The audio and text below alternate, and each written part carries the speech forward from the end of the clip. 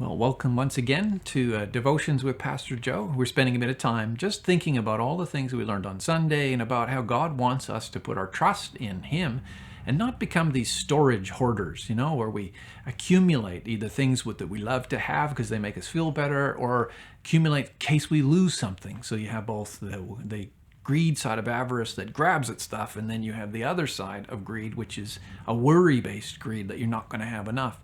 Because we have this strange relationship with money. In fact, we oftentimes think that people who are really good with money, or they have a lot of money, that they have a kind of wisdom about them. They have that we would listen to what they say. We are always interested in understanding how they got money, where it came from, because it's almost like a little trick. The money looks like a kind of success. It looks like a kind of contentment. It looks like a kind of happiness that those people have achieved, and they have a certain struttingness about themselves, saying, look at me, I must have done the right thing. Well, again and again, that sort of thinking is called into question. In the Bible, in 1 Timothy in chapter 6, he talks about some people who are actually trying to use God to get money, and he says, in the second part of verse 5, he says, they are imagining that godliness is a means of gain, but godliness with contentment is great gain. For we brought nothing into this world, and we can take nothing out of the world.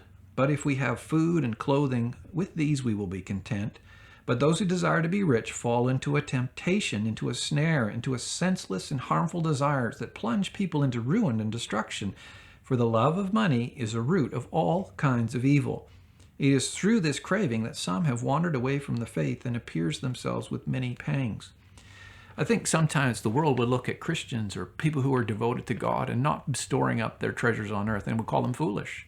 And they say, look, you haven't got anything. And then in turn, they have this kind of, sense of how smart, how wise they've been to accumulate so much.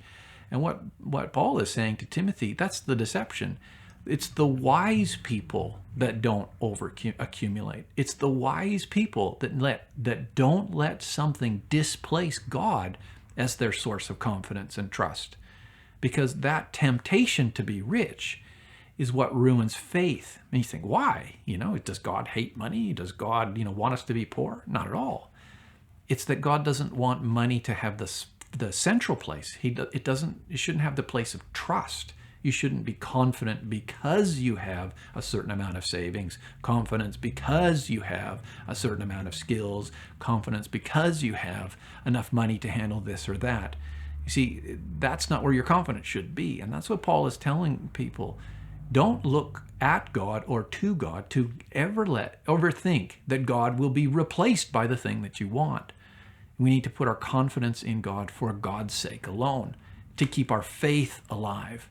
Sometimes it's actually the challenges of having little that has actually increased your faith. The times when you've been through journeys of not having enough, or being sick, or not having the people around to support you.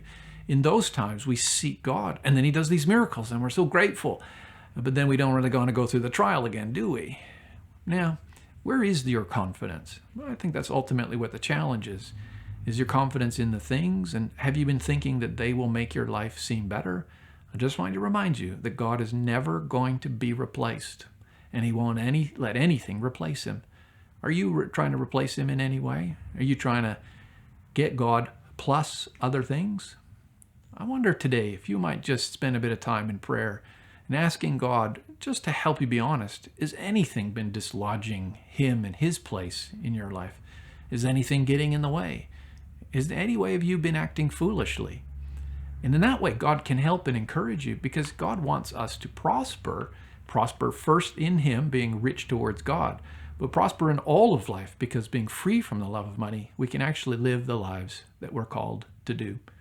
So God bless you. Hope this week's been an encouragement to your faith, and I encourage you to listen to the message again, read through these scriptures, and be blessed by them. See you next time.